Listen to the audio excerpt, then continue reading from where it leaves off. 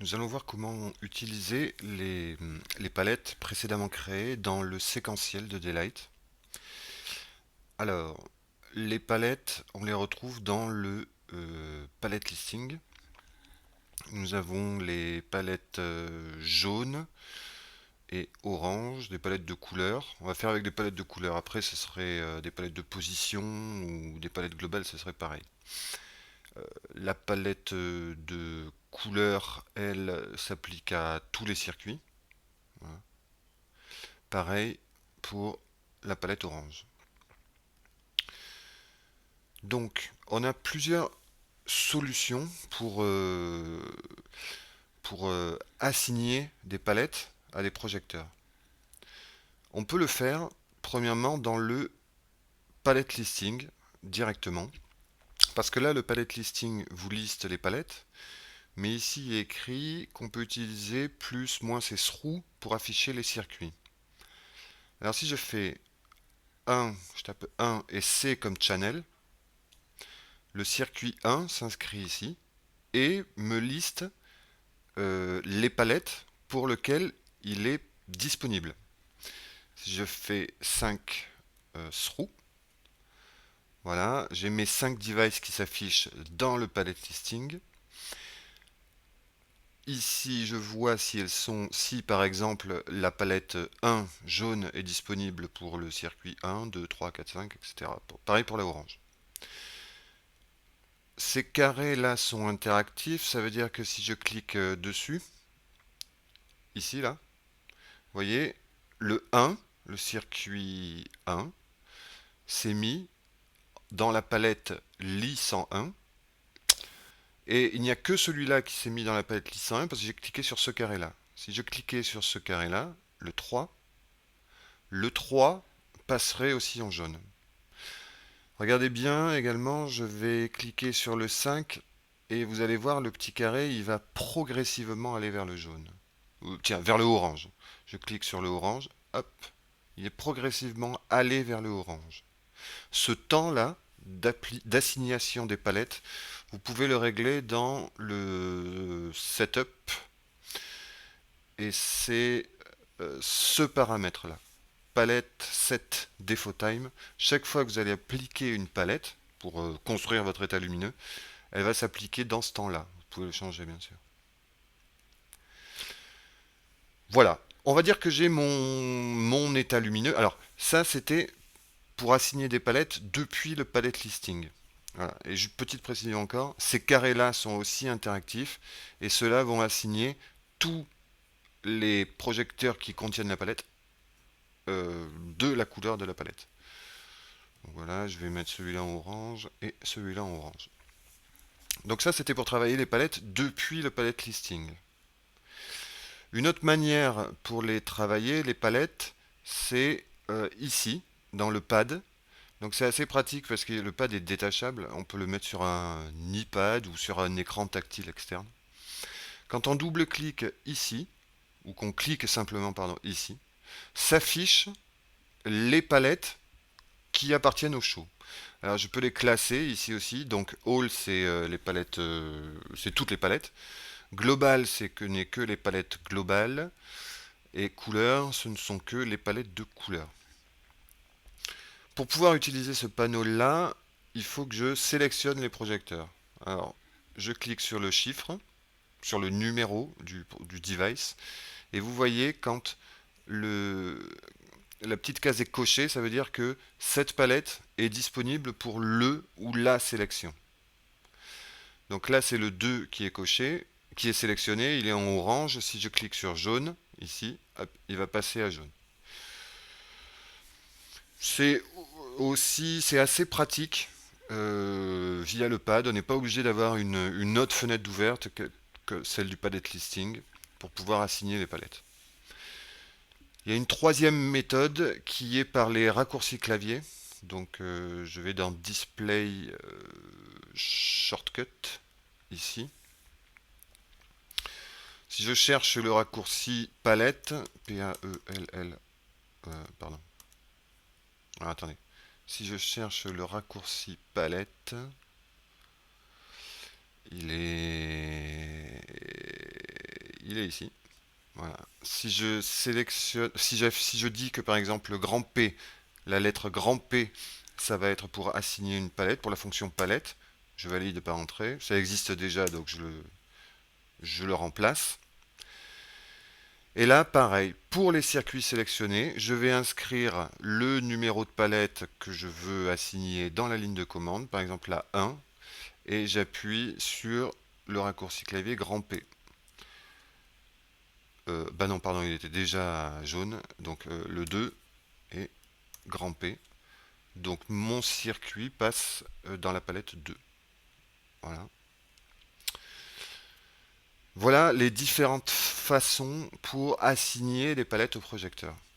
Maintenant qu'on a assigné les palettes, on va pouvoir les enregistrer dans le séquentiel pour qu'ils soient restitués lorsque je vais appuyer sur Go.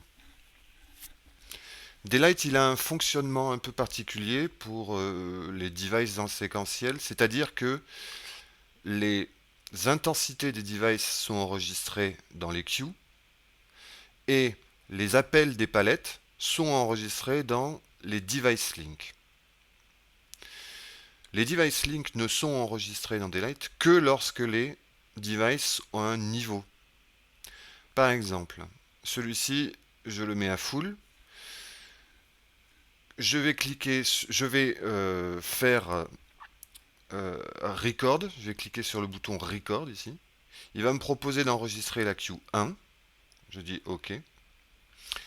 Étant donné que la queue 1, que dans la queue 1, le circuit 2 avait un niveau, il a enregistré un device link pour ce projecteur-là,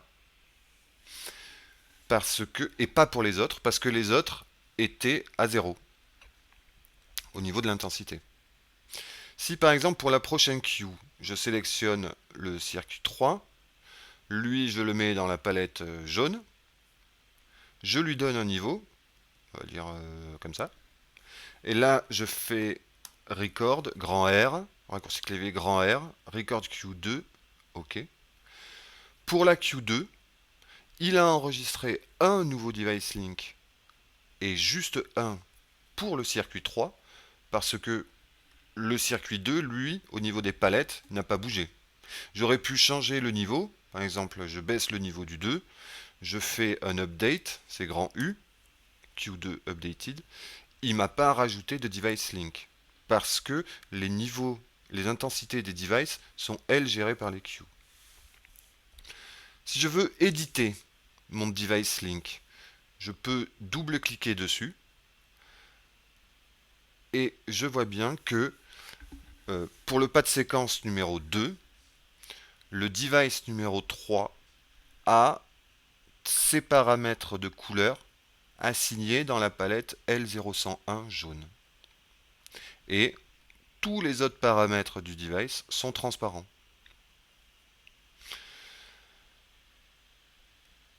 Je vais enregistrer une nouvelle queue où je vais sélectionner mes deux projecteurs. Je vais les mettre à 0 par exemple. 0 égale.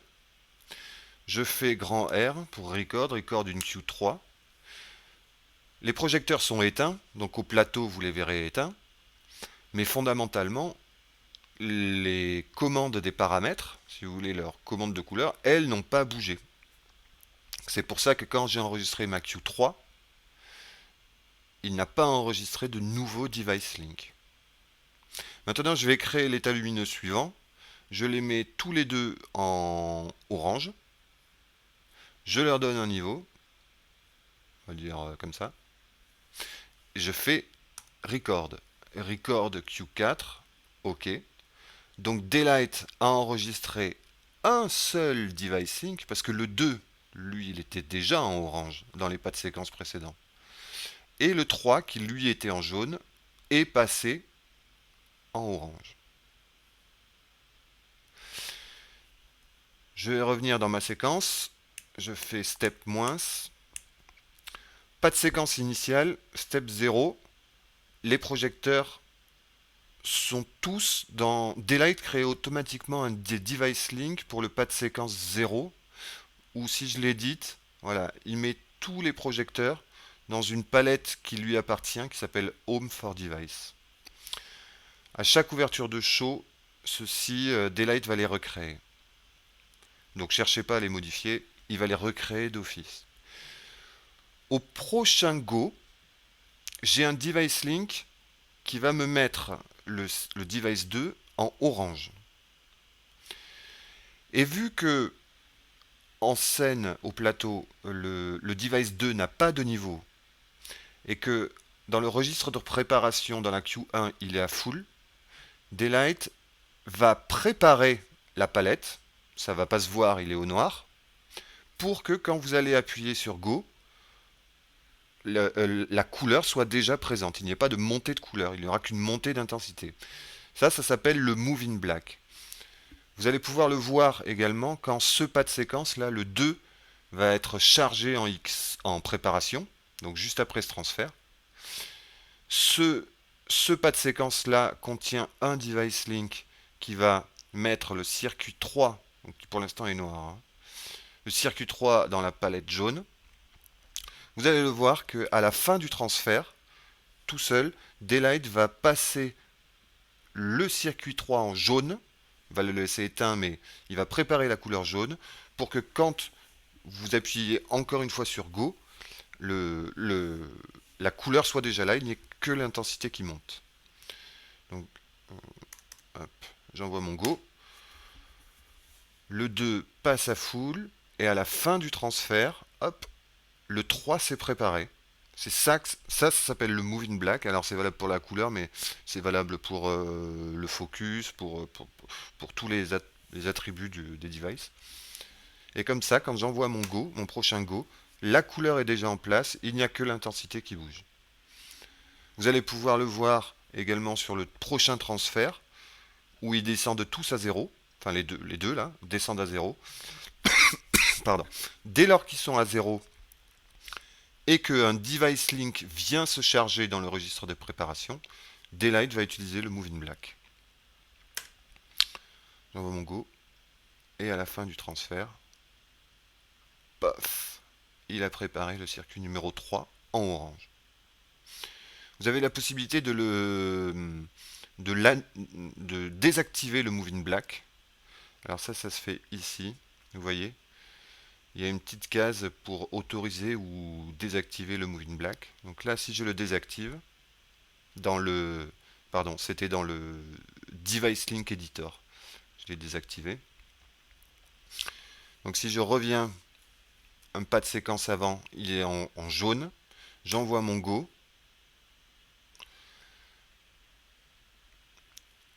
Et malgré que le Device Link se soit chargé en préparation, vu que le Move in Black a été désactivé, Daylight n'a pas préparé la couleur. Et quand je vais envoyer mon prochain Go, du coup il va passer de cette couleur, de l'état dans lequel il est, vers la prochaine couleur appelée par le Device Link, qui est un orange, dans mon Go, et il transfère dans les temps du pas de séquence vers la nouvelle palette. Donc voilà, la méthodologie pour travailler les devices dans la séquence dans Daylight, c'est je prépare mon état lumineux, j'assigne les palettes au projecteur sélectionné, voilà, je prépare mon état lumineux, et j'appuie sur Record pour enregistrer et une nouvelle queue avec les niveaux des projecteurs et des device links associés au pas de séquence dans lequel est chargée la nouvelle queue. Voilà, c'est juste un jeu de record, update. Quand vous voulez enregistrer des device links alors que les projecteurs n'ont pas d'intensité, vous pouvez utiliser la fonction force device link. Donc celle-là, elle est surtout utile quand on veut faire déplacer les projecteurs dans un moment sonore élevé ou à un moment opportun. Voilà. Force Device Link pour enregistrer des Device Link, donc des appels de palette, quand les projecteurs n'ont pas d'intensité. Force. Voilà. Une autre façon aussi après de travailler avec les palettes, bon, ça c'était pour le séquentiel, Mais depuis le palette listing, je vois que le drag and drop est available. Donc ça veut dire que je peux prendre mes palettes et les charger dans un submaster et les restituer par les submasters. Ça c'est pratique en live ou quand on a des contrôleurs MIDI sous la main. Euh, à l'int- quand j'ai chargé mon submaster avec une palette, si je vais éditer le submaster, je peux décider pour quel projecteur va être valable cette palette-là, via le submaster, je veux dire. C'est-à-dire que là, j'ai laissé cocher 1, 3, 4, donc 2 et 3 devraient rester dans leur couleur quand j'ai appuyé sur le flash. Voilà. Alors là, j'appuie sur flash, mais sinon, là, je peux monter l'intensité. Et du coup, la valeur de la palette est fonction du niveau d'ouverture du sub. Voilà en quelques mots ce qu'on pouvait dire sur l'utilisation des palettes dans le séquentiel. Daylight, c'est vraiment un jeu hybride entre le trad et les autos et les devices. Et